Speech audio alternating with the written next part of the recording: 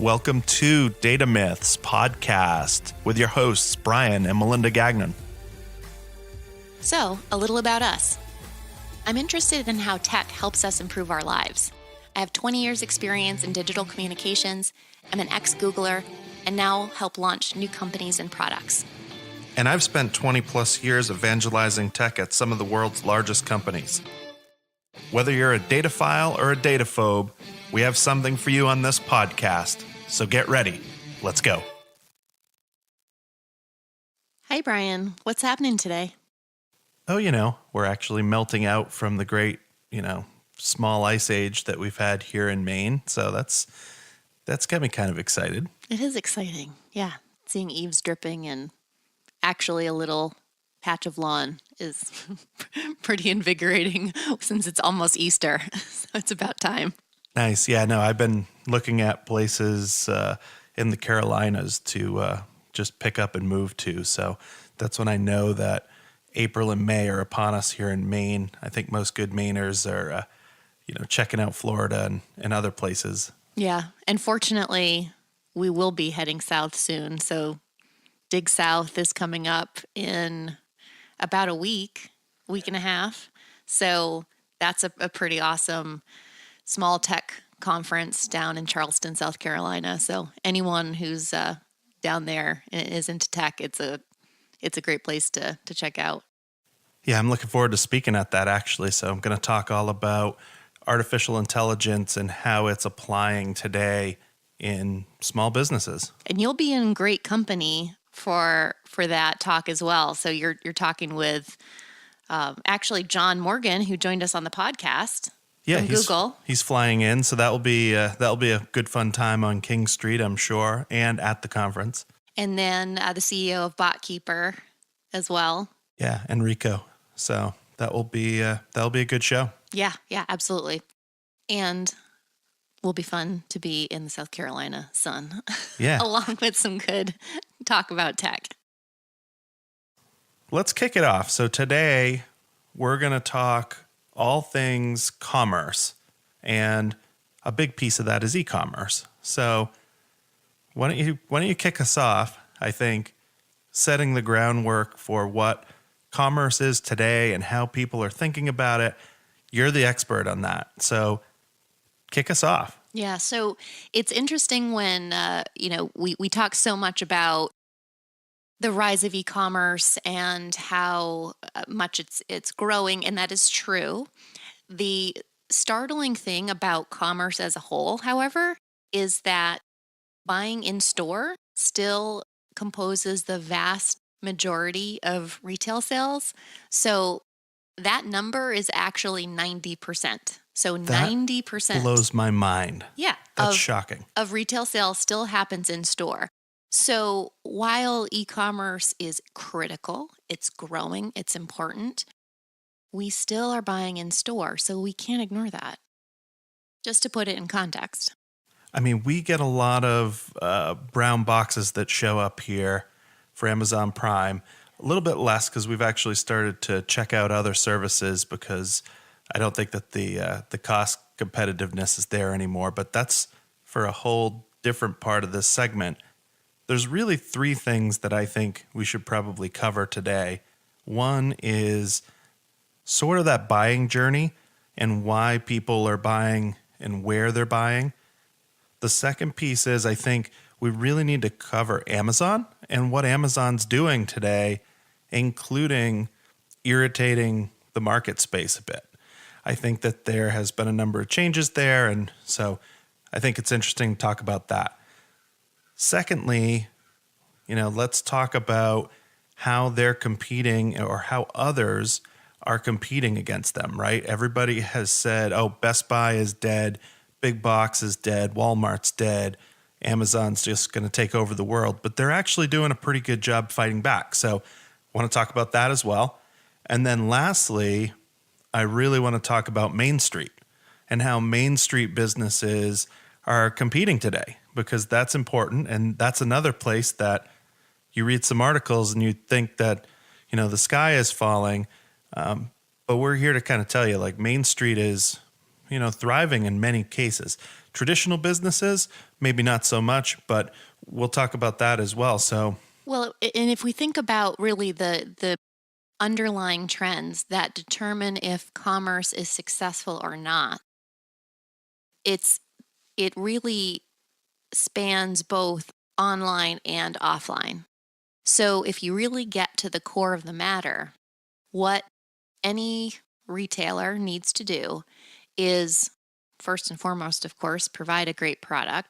So think about that, right? shocker. Yeah. Are they able to understand and appreciate the product and know what they're buying? Do they have confidence in where they're buying it from as related to quality and also as related to trust that if it's not right, they can easily return it? So free returns. That's online and offline. And it's also about a seamless and enjoyable experience. And that again, that's online and offline. So if I'm in store, engage me. Give me some kind of an experience, just like IKEA does of actually putting a room together so you can experience the room. And then think about an online store. Make sure that shopping experience is really easy to navigate, really beautiful, interface. It all comes from the same insight about the consumer.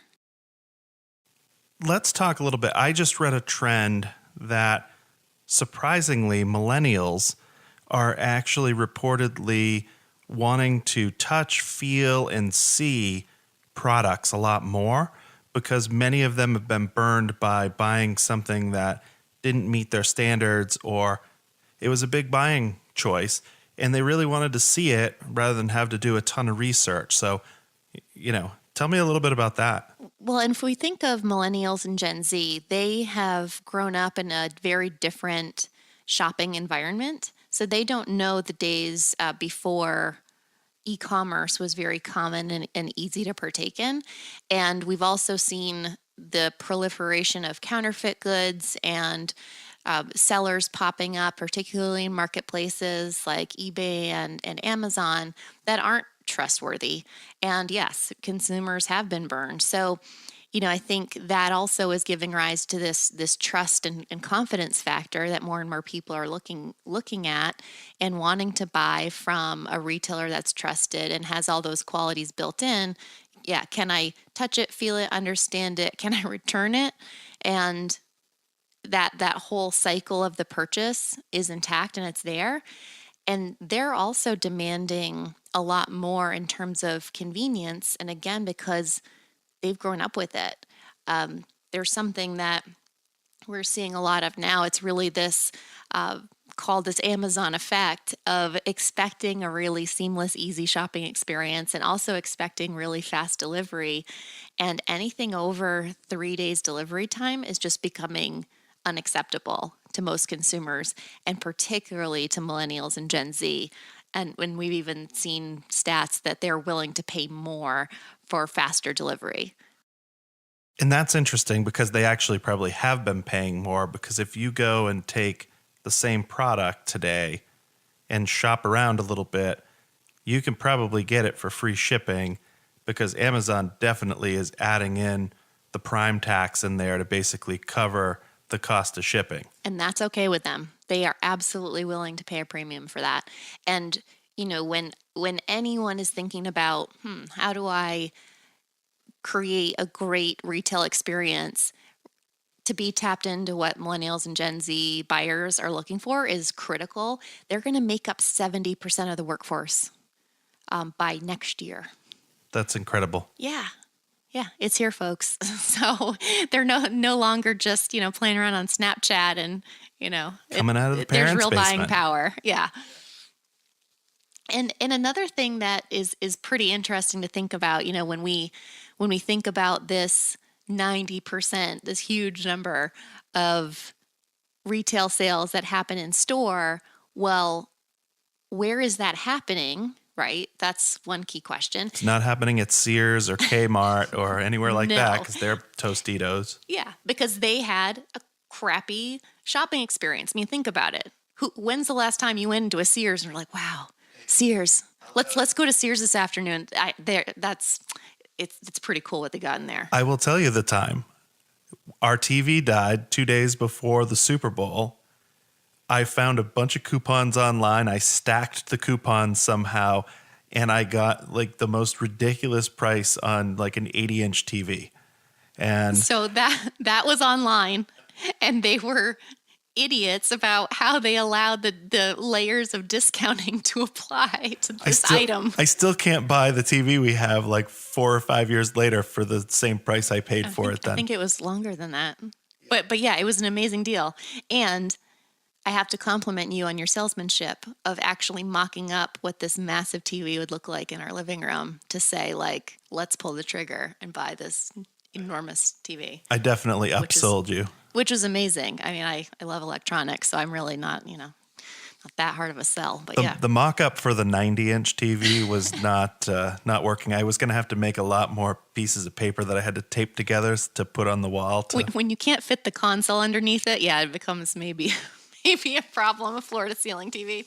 But anyway. Well, people don't want to hear about our TV. Oh, okay. Well, anyway, so let's go back to this breakout, okay? So what's happening in the 90% and then what's happening in the 10% of sales that are happening online. So within this 90% of retail sales, the biggest player here, shocker, well, not really, is Walmart. And there are lots of reasons for this. One is footprint.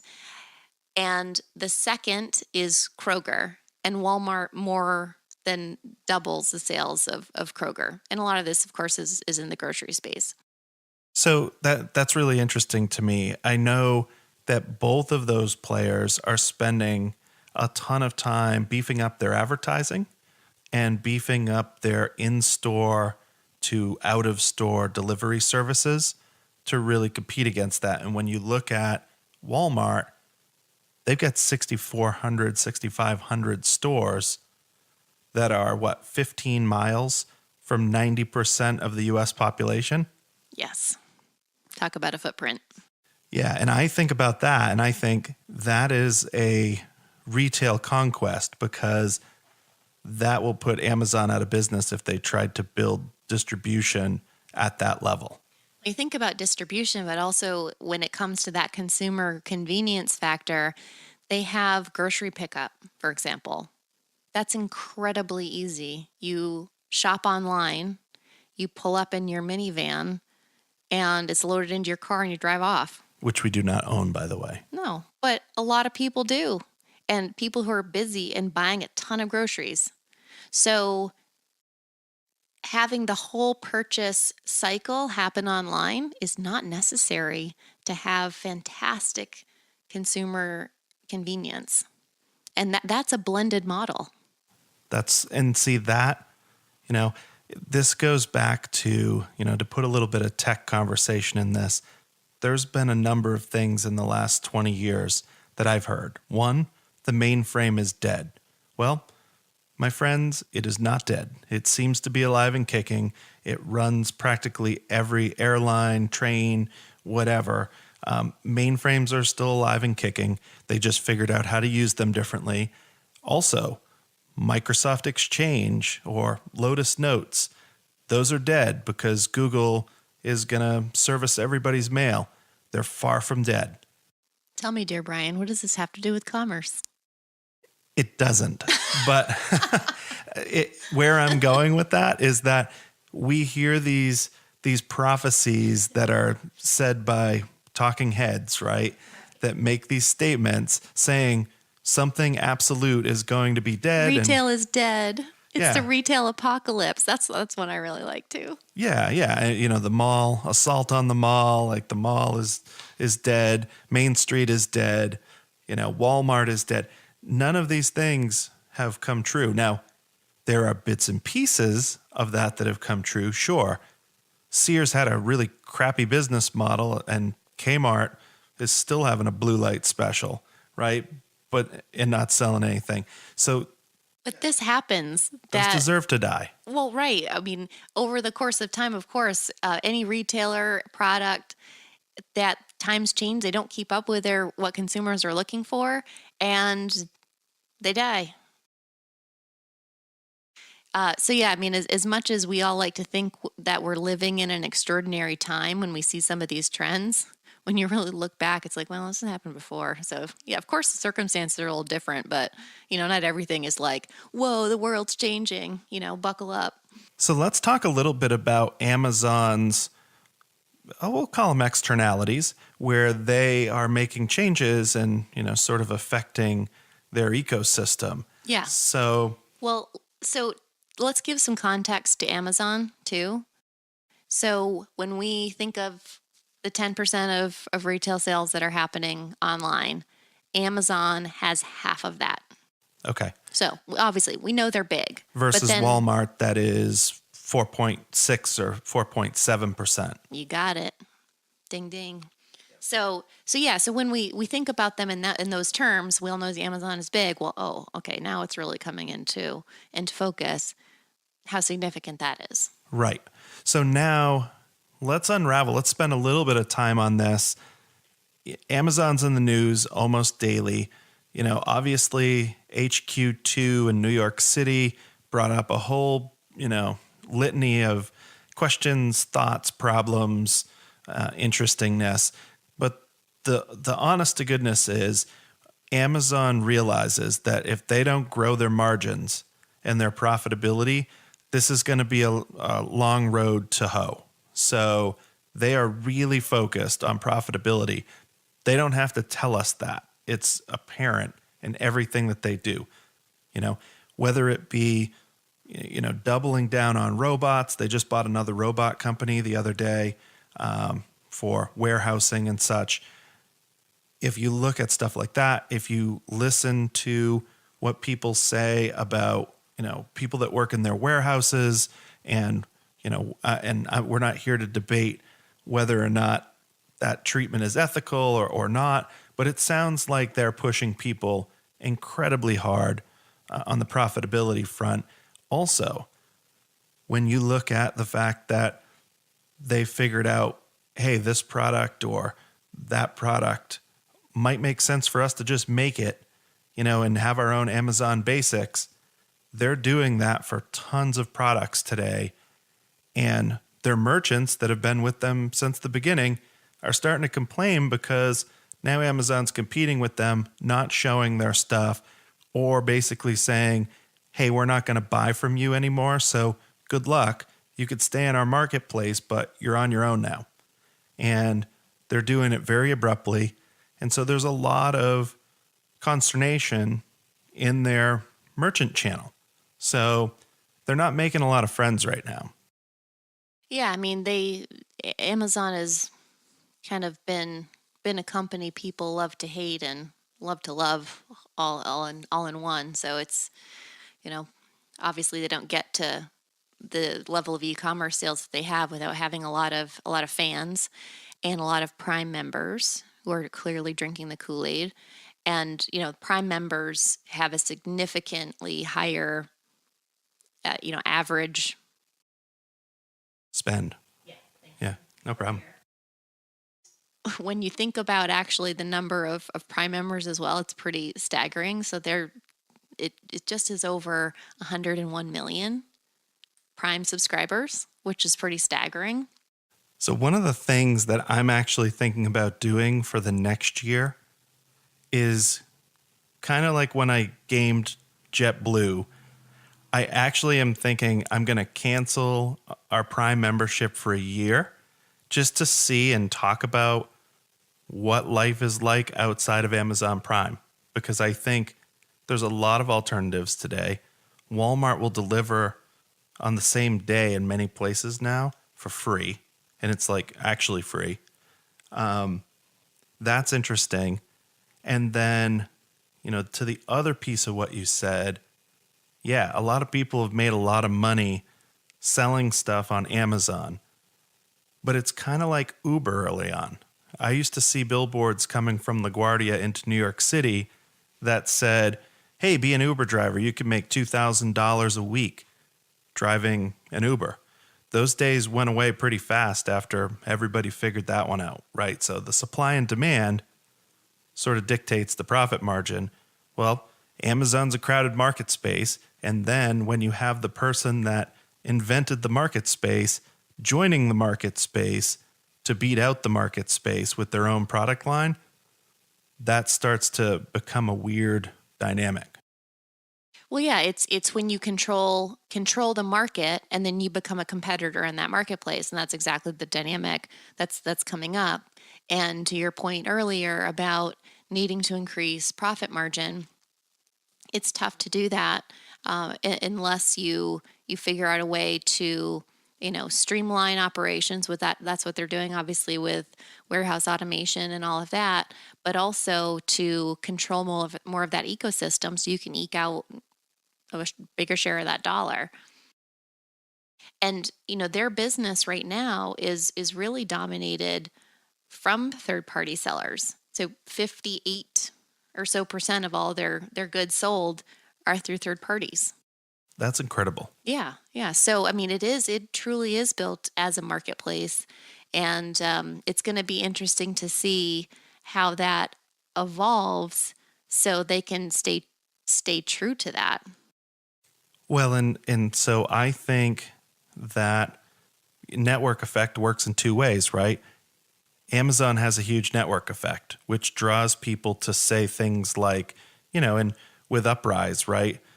Uprise, we spend a lot of time consulting with small, medium, and large size businesses that are looking to grow and build out commerce platform or build out a commerce solution. And a lot of the questions we get asked are, hey, we really should be on Amazon, right?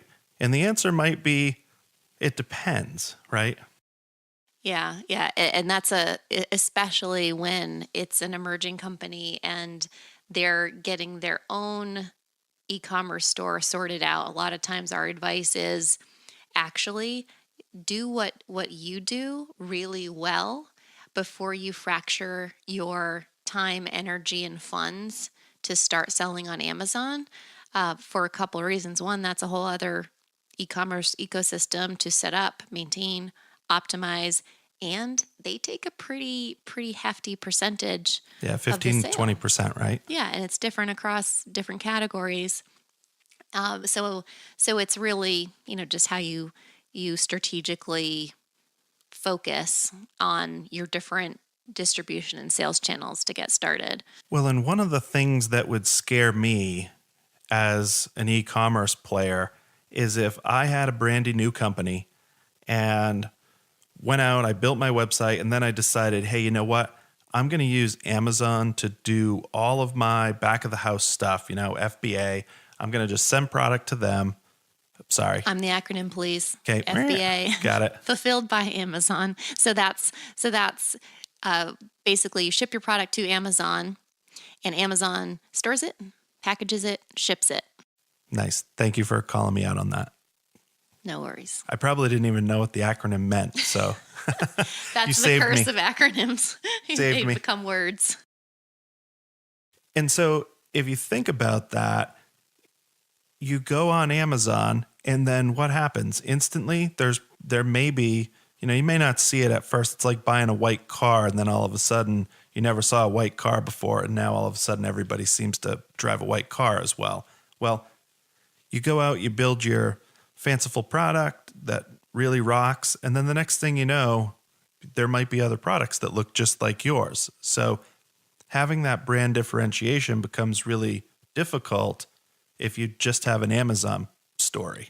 So I think because of the crowded nature of that market space, people are starting to get savvy and go back to, hey, this isn't just a free platform where I get in front of hundreds of millions of people every day. They're starting to realize they've got to have a different strategy that might involve Amazon, but also involves building their own brand. It's certainly not free. I mean, Amazon does have a pretty handy feature, the Amazon store, that you can build out. So it's kind of like having your own little storefront in Amazon. So you can build out some of your brand story, have your own brand there. And that has been embraced pretty readily by a lot of major brands. So Amazon's trying to accommodate for that, even though it's kind of a tightrope walk, so to speak. Well, you're putting a lot of eggs in one big basket. So, If you're solely selling on Amazon, yeah. well, let's talk a little bit more about Amazon and sort of their ecosystem and some of the things they're doing that are starting to irk people. So, companies like Instacart. So, Instacart did almost all of the delivery for Whole Foods. And now they are no longer a partner of Amazon. And in fact, they kind of took one step better. They went and partnered with everybody not named Amazon to deliver goods and groceries and stuff. So definitely a little bit of a breakup there. But what we're starting to see is that there's a lot of partners that are getting fed up in the Amazon ecosystem. And because Amazon is just saying, hey, we're going to go do this, and they're starting to develop competition in their channel. And as a result of that, the people that have built them up are now starting to get burned, or they're starting to decide, hey, the big bad wolf is coming to blow my house down. So, that's an example. You've got Nike, who, for years sold, quite a bit on Amazon. Now they're actually really focused on their own e-commerce to Nike.com. That's interesting, right? There's some of these brands are just deciding that, hey, we're going to de-emphasize that and start to control the experience a little bit, as well as not be beholden to Amazon. You get into merchants like Casper that make the beds, right? The shippable beds. Well, Amazon did them a solid. Wow, they're doing a great job.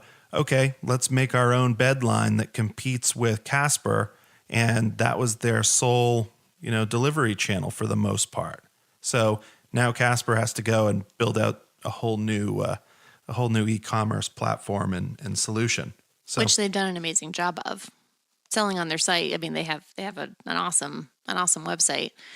well, absolutely. Now they're at Target and they're at, other places like that. So, Yeah, and when we think about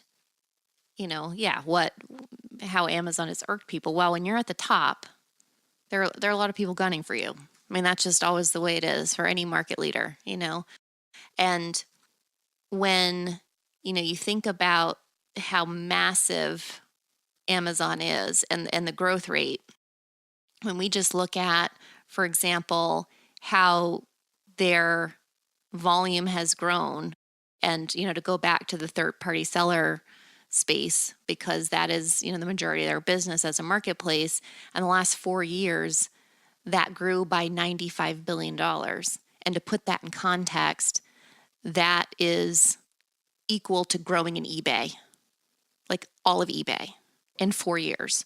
So it's just the scale of this is massive. I think to underscore how huge it is something it's easy to kind of like not get how big it is. And like what I said earlier about just the Prime members, to again put a little context around that, if all of Amazon Prime members were a country, like Amazon Prime Land, it would be the 14th largest country. So it would be like Mexico, Japan, Ethiopia, Philippines, Prime Land. Like that's how big just the Prime membership is. So when we really think about, well, okay, it's the big bad Amazon. Well, is it? Clearly people are a huge fan. The numbers say a lot. And how did Bezos do this? From growing as a bookseller, it's an incredible journey. let's kind of continue down this path a little bit, because I do think that there are some places where, everybody may not realize some of these pieces. And, part of our podcast is really to kind of provide some thoughts around it, not necessarily to try to teach someone how to set up tech and do a ton with data. But if you think about it, now they're going after shipping. So rather than using traditional UPS, FedEx, USPS, because they think the prices are just a little too high, they're starting to lease their own planes. They're starting to pay people to buy a Sprinter van and basically contract them. I've talked to a few people that are doing that contracting bit, and they're already saying that they're getting squeezed in every step of the way. So, Well, right. But the thing is, I respect if the ecosystem doesn't support what you're trying to do and they don't serve the customer, do it yourself. I think that's awesome. Now, what they have to do to get there, if the marketplace won't support it and their workers won't support it, well, guess what? Now you have a failing idea, but it's worth giving it a shot. and I agree with that. And so I agree with I'm you. a fan of the bold move all the way. Right. But you're right. It's not perfect. You know me. I'm a fan of vertical and horizontal integration wherever you can so that you could kind of control the experience. However, when you're building an ecosystem, sometimes you have to rely on others, to sort of flesh that out. The moment you start having all those things and having jets and having jet problems, and Sprinter van problems, all of a sudden, the folks that you were leveraging as partners now all of a sudden crank up the heat and they basically say, oh, yeah, so you want to compete? We've been doing this for 30 years. Let us show you how you're going to compete. Right. Right. And there's an interesting perspective recently from a longtime Amazon advisor and one of the first investors, Tom Alberg. And I mean, he invested in Amazon back when they were literally going head to head with Barnes and Noble, and even considering Barnes and Noble buying them. And at that point, the vision was, no, we're going to shake up, the book selling space. And that's like what it was back then. But he shared some interesting thoughts about well, people ask all the time, what's Amazon's secret to success? And he said, well, it's not really a secret. They talk about it time and time again. It's customer focus, it's innovation, and it's thinking about the long term. And, if you are truly always thinking about, oh, what does the customer want? What would make their life easier? What is the opportunity to deliver product quicker, cheaper, higher quality? That's how they've developed their business. It's not like, oh, I want to develop in this space. It's just they've gone all over the place because of the customer. I agree. I absolutely agree. I mean, talk about a winding, weird path. The common thing is the customer. Yeah. Let's shift gears. So we've talked a lot about Amazon and sort of how they've started to create some of those unintended effects, or maybe they're intended. Let's talk about the other side of things, right? So there are a number of other platforms. So Amazon is really a market space as well as a provider in that market space. Then you have e-com platforms. So Shopify, WooCommerce, Magento. That is, that is $190 billion a year worth of e-commerce. So that in itself is actually about the size of Amazon, which is pretty impressive. And that's about 1 million businesses sell on those 2 or 3 platforms. And when you think about that, that's a pretty big set of the market. So, how are they differentiating against an Amazon?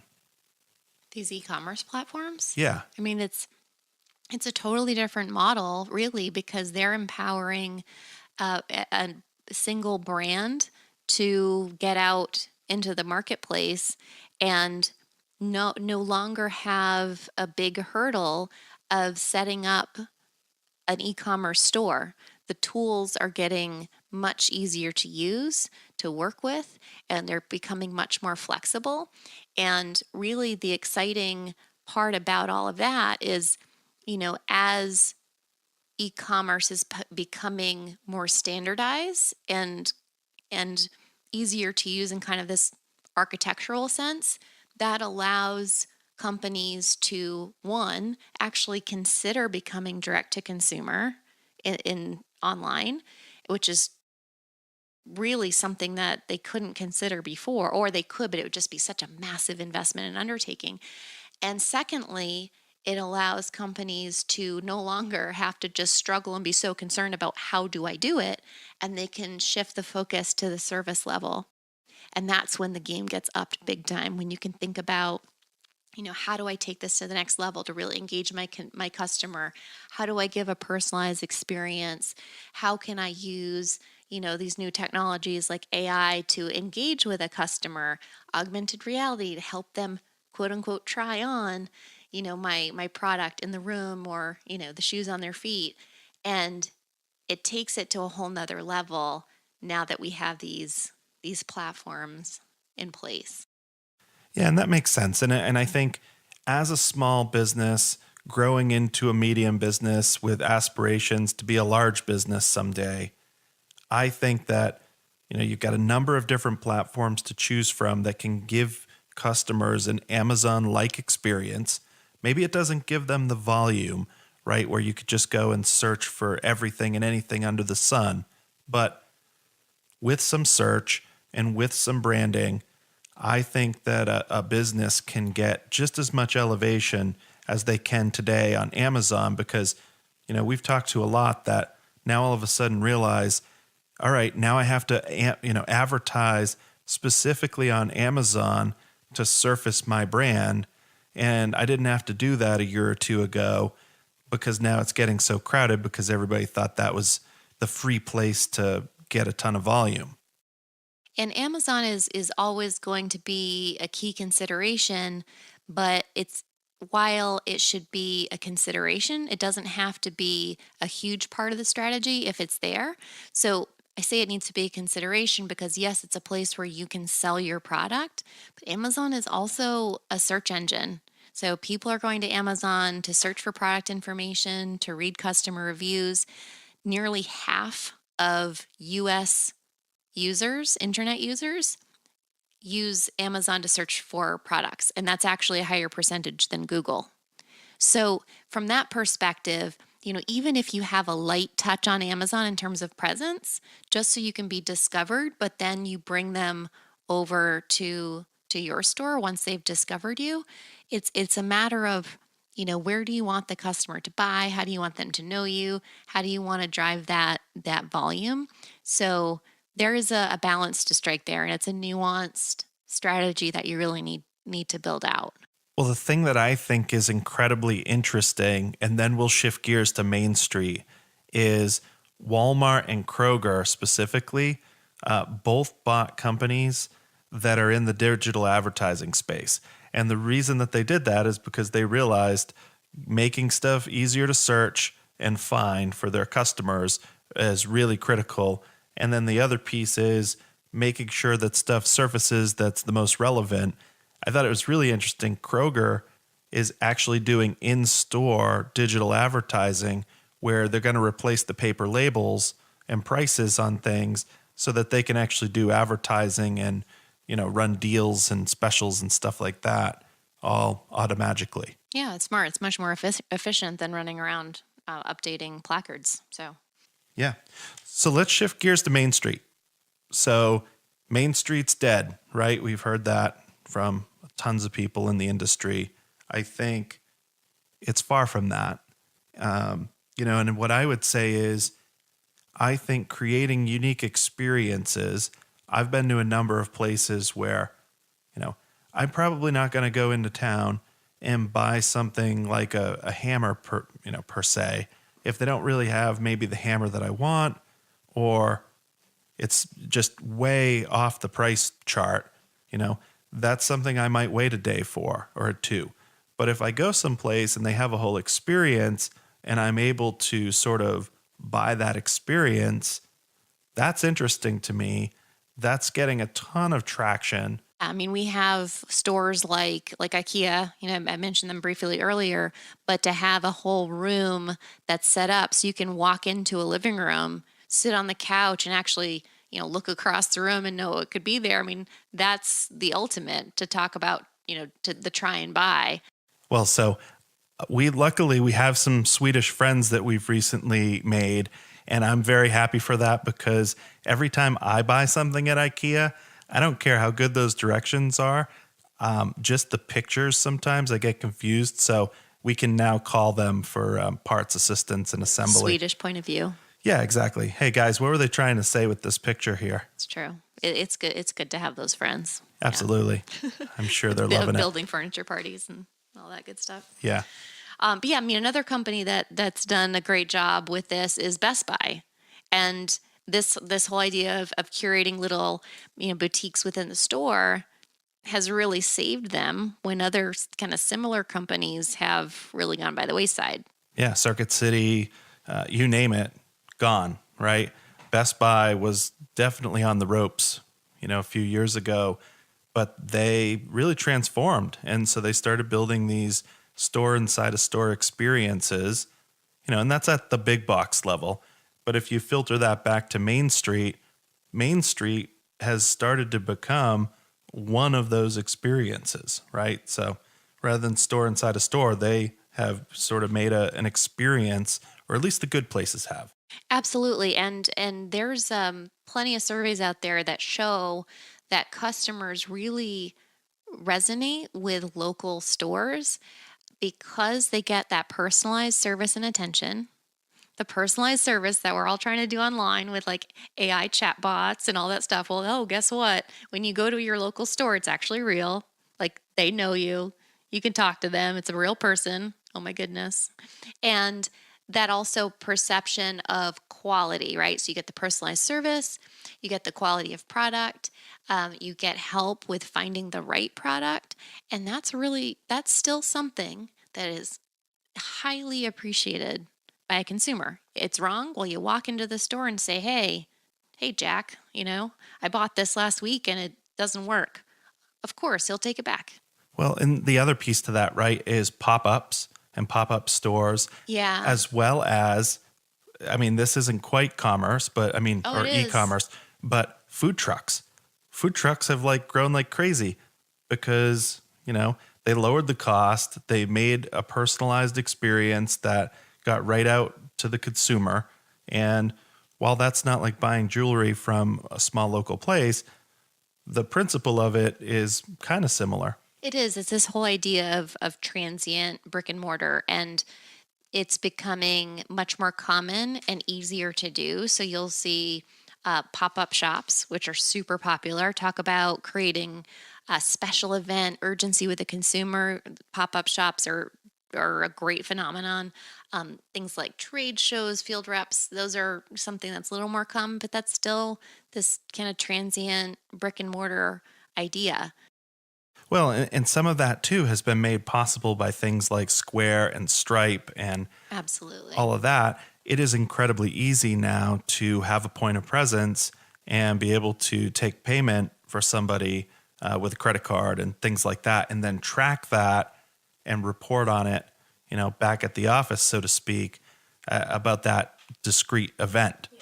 And that's really important. Absolutely. And, when we think of local as well, when customers or users are on their mobile devices, most of those searches, 80% or so, are actually to find a local store. So, people are researching online, purchasing offline. They're also researching offline, and then they'll go price shop and purchase online. So that on to offline world is happening, right? It's not bifurcated. And when we think of also the trend that offline companies are coming online, we also have companies like, Warby Parker and Amazon, who've traditionally been online.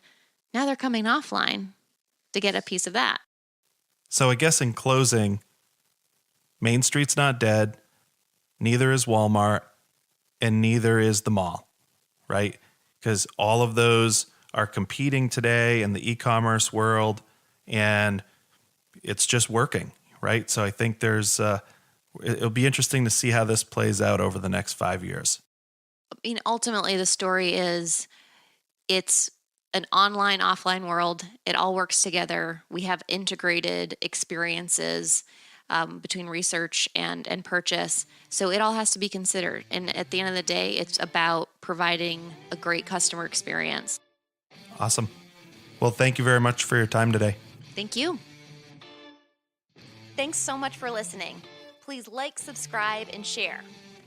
And if you have a question or an idea that would be great for us to include on the next episode, we would love to hear from you. Just send us an email at hello@datamist.com.